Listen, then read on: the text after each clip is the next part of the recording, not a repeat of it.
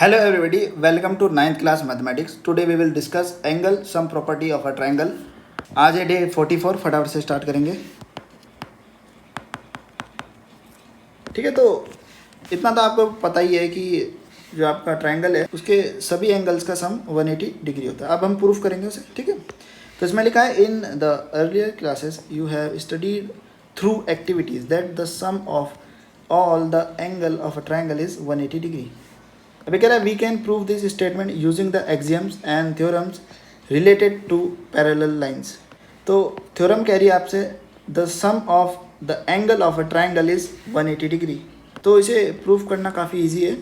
यहाँ देखो फिगर में चलते हैं डायरेक्ट. आपको किसी भी पॉइंट से आप एक पैरेलल लाइन खींच लेना. ठीक है, यहाँ इन्होंने पी से एक XY लाइन खींची है जो कि आपकी QR के पैरेलल है. ठीक है, आई होप आप समझ गए होंगे इन्होंने क्या किया. अब हम आगे बढ़ते हैं. ठीक है, तो आपको विजुअलाइजेशन तो थोड़ा करना ही पड़ेगा. यहाँ पे मैं इसे थोड़ा बड़ा कर देता हूँ जिससे अपना काम हो जाए. तो गौर से देखो, ये वाली भी आपकी एक ट्रांसवर्सल हुई और ये वाली भी आपकी एक ट्रांसवर्सल हुई. ठीक है, सही से बन जाएगा भाई ये वाली. ठीक है, चलो जैसा बना समझ गए होंगे आप. तो पहले इस ट्रांसवर्सल को हटा देता हूँ. तो यहाँ से हमें क्या पता चलता है, इस वाले एंगल को देखो, एंगल 5 है जो आपका, ये एंगल 3 के इक्वल है. क्यों है आप मुझे बताना, वीडियो पॉज करके सोचो. Alternate interior angle. ठीक है, तो angle 5 is equal to angle 3 bracket में लिख देना जो मैंने अभी बोला. ठीक है, और अब इस ट्रांसवर्सल को हटा के दूसरे ट्रांसवर्सल पे चलते हैं. ठीक है, अब ये वाला एंगल इस वाले एंगल के इक्वल होगा. क्यों? वही reason, angle 4 is equal to angle 2. Reason same है, अल्टरनेट इंटीरियर एंगल्स. ठीक है, तो आई होप आप समझ गए होंगे ये दोनों एंगल सेम क्यों है. बस हो गया आपका काम. अब देखो, आपको इतना तो पता ही है कंप्लीट आपका कितना होता है 180 डिग्री. क्यों? Linear pair angle axiom. ठीक है, अभी पढ़ी थी हमने. ठीक है, ऊपर पढ़ी थी हमने.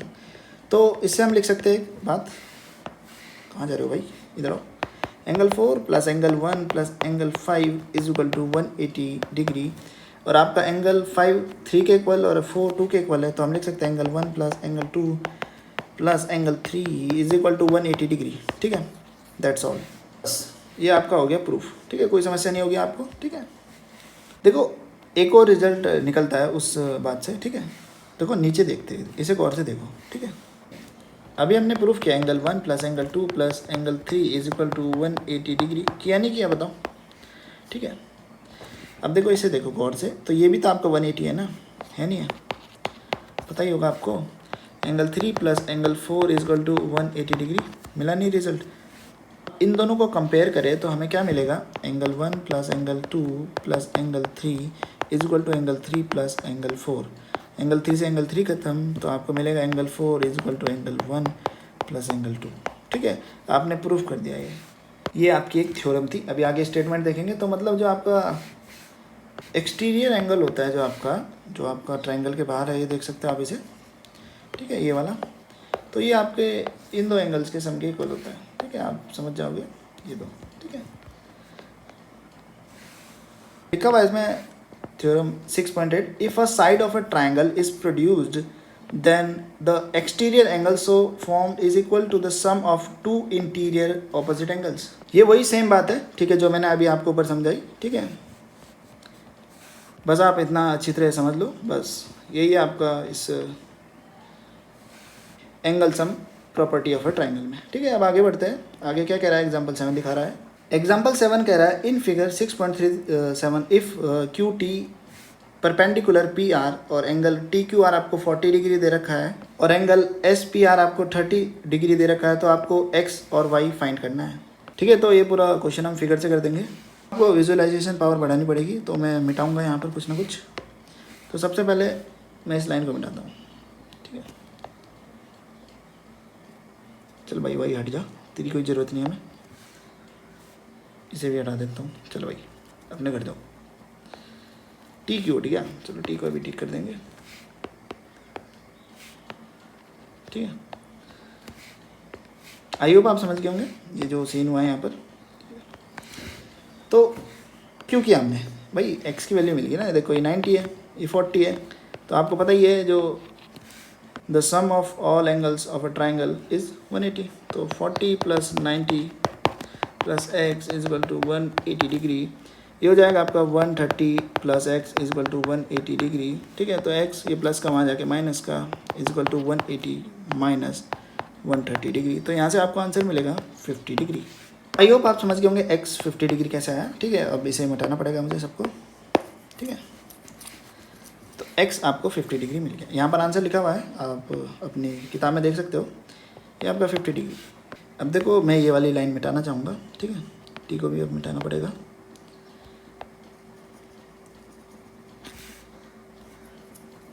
ठीक है, मैंने ऐसा क्यों किया, आप गौर से देखो, ये जो y है ये आपका एक्सटीरियर एंगल है, और एक्सटीरियर एंगल आपके इन दो एंगल के सम के इक्वल होता है, आपको पता ही होगा। तो y इक्वल टू आपका क्या हो जाएगा 30 प्लस 50, तो y इक्वल टू 80 डिग्री। ठीक है, आई होप आप समझ गए होंगे।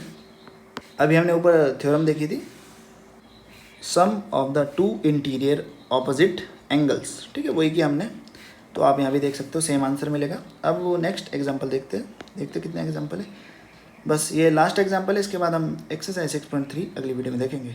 तो अब हम एग्जाम्पल 8 देखेंगे। तो ये कह रहा है in figure 6.38 the sides AB and AC of triangle ABC are produced 2 points ED, ठीक है, रिस्पेक्टिवली।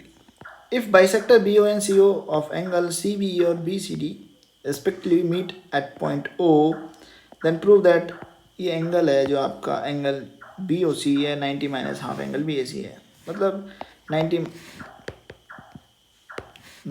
माइनस एक्स है, हाफ एक्स है, x अपॉन 2 बोल सकते हो। हम ये प्रूफ करेंगे। तो आप देख रहे हो एक्स ये है, क्योंकि BAC आपका क्या है, x है। देखो आपको एंगल निकालना है ये वाला, ठीक है, क्योंकि BOC यही है। ठीक है, तो ये वाला एंगल निकाल सकते हो अगर आपको ये वाला एंगल और ये वाला एंगल मिल जाए, है नहीं, ट्रायंगल है ना, ये देखो ट्रायंगल है पूरा एक। ठीक है, तो ये वाला एंगल मिल जाए और ये वाला, तो हम 180 में से माइनस कर देंगे तो ये वाला मिल जाएगा हमें। ठीक है, तो वही करने वाला हूँ मैं अभी। तो इस सब को मिटाता हूँ मैं, चलो हटो। देखो ये वाला जो एंगल है, ये वाला जो एंगल है ये आपका इस एंगल का हाफ है, क्योंकि बाइसेक्टर है ना, वो लिखा हुआ, इन्होंने साइन भी लगा रखा, तो हम लिख सकते हैं angle CBE, half angle CBE है। ये वाला एंगल क्या है, हाफ एंगल CBE। ऐसे ये जो वाला, ये वाला जो एंगल है ये होगा आपका BCD, हाफ एंगल BCD। ठीक है, देखो ये जो एंगल CBE है ये आपका इस कंप्लीट में से इसको माइनस करने पे, y को माइनस करने पे मिलता है। ठीक है, रुक जाओ मैं अभी आपको समझाता हूँ, इसको मिटाऊँ एक बार। ठीक है, इतना तो समझ गए कि ये हाफ एंगल CBE होगा और ये वाला हाफ एंगल BCD। ठीक है, अब देखो मैं कलर चेंज करता हूँ, ये वाला देखो गौर से ना, ये वाला एंगल हमें कब मिलेगा, जब मैं इस कंप्लीट एंगल में से ये वाला एंगल माइनस कर दूंगा, मतलब 180 में से y माइनस कर दूंगा। तो मैं इसे लिख सकता हूँ हाफ ब्रैकेट में 180 माइनस y।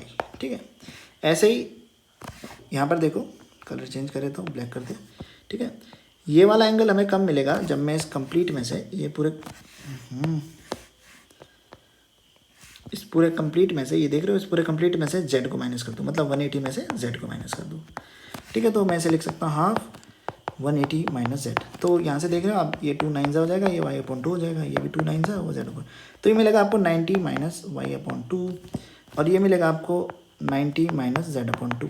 ठीक है, समझ गए ये दो एंगल कैसे मिले, ये दोनों एंगल मिल गए, ये वाले और ये वाले। ठीक है, अब मैं सब मिटा रहा हूँ, याद कर लो इन एंगल को। ठीक है, तो यहाँ का था वो मैं तामझाम मिटा रहा हूँ। ठीक है, केवल यही रहने देता हूँ, बाकी सब मिटा देता हूँ। ठीक है, तो आपको ये मिल गए। अब देखो मैंने आपको क्या बताया था, मुझे इंस और इस एंगल की ज़रूरत है, ये वाला मैं खुद निकाल लूँगा। क्या आपको पता है इन तीनों एंगल का सम क्या होगा, 180 डिग्री होगा, नहीं होगा, ये आपको पता ही है। तो मैं वही करूँगा, मैं लिखूँगा 90 minus y upon 2 plus 90 minus z upon 2 plus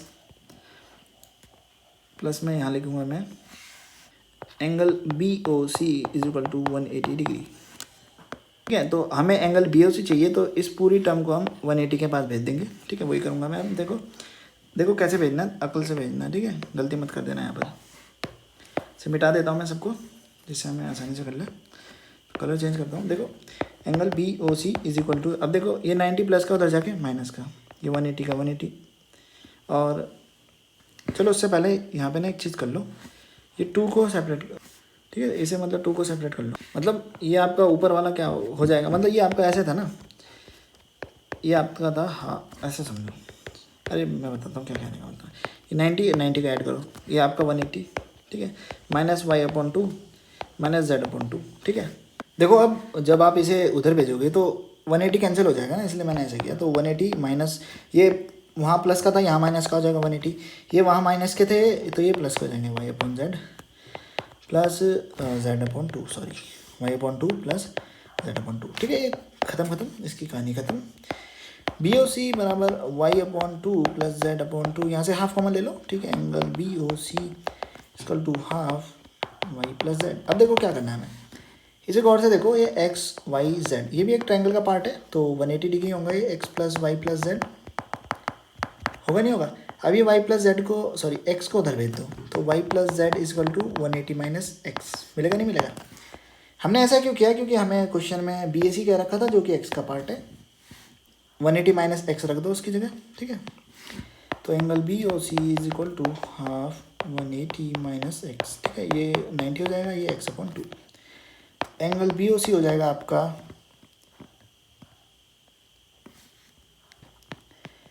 यहाँ पे लिख दो अच्छी तरह, angle BOC is equal to 90 minus angle BAC, क्योंकि आपका x है वो आपका क्या एंगल BAC, ठीक है। आई होप आप समझ गए होंगे, एक हाफ लगा देंगे यहाँ पर, हाफ लगाना भूल गया था। तो यही था आपका एग्जाम्पल 8, आई होप आप समझ गए होंगे, आप देख सकते हैं यहाँ पर यही आंसर मिल जाएगा आपको, इसे एक बार पढ़ लेना, आप सब समझ जाओगे, काफ़ी ईजी है ये, कोई दिक्कत की बात नहीं है। तो ये था एग्जाम्पल 8, अब हम अगली वीडियो में देखेंगे एक्सरसाइज 6.3, ठीक है। आपको कोई डाउट हो तो आप मुझसे टेलीग्राम पे पूछ लेना, अगर आपको कोई सुझाव देना हो तो वो भी टेलीग्राम पे देना, क्योंकि वो कीमती है, ठीक है, मुझे अपनी क्षमताओं को भी तो बढ़ाना है, ठीक है। तो मिलते हैं अगली वीडियो में, अगली वीडियो में एक्सरसाइज 6.3 के साथ।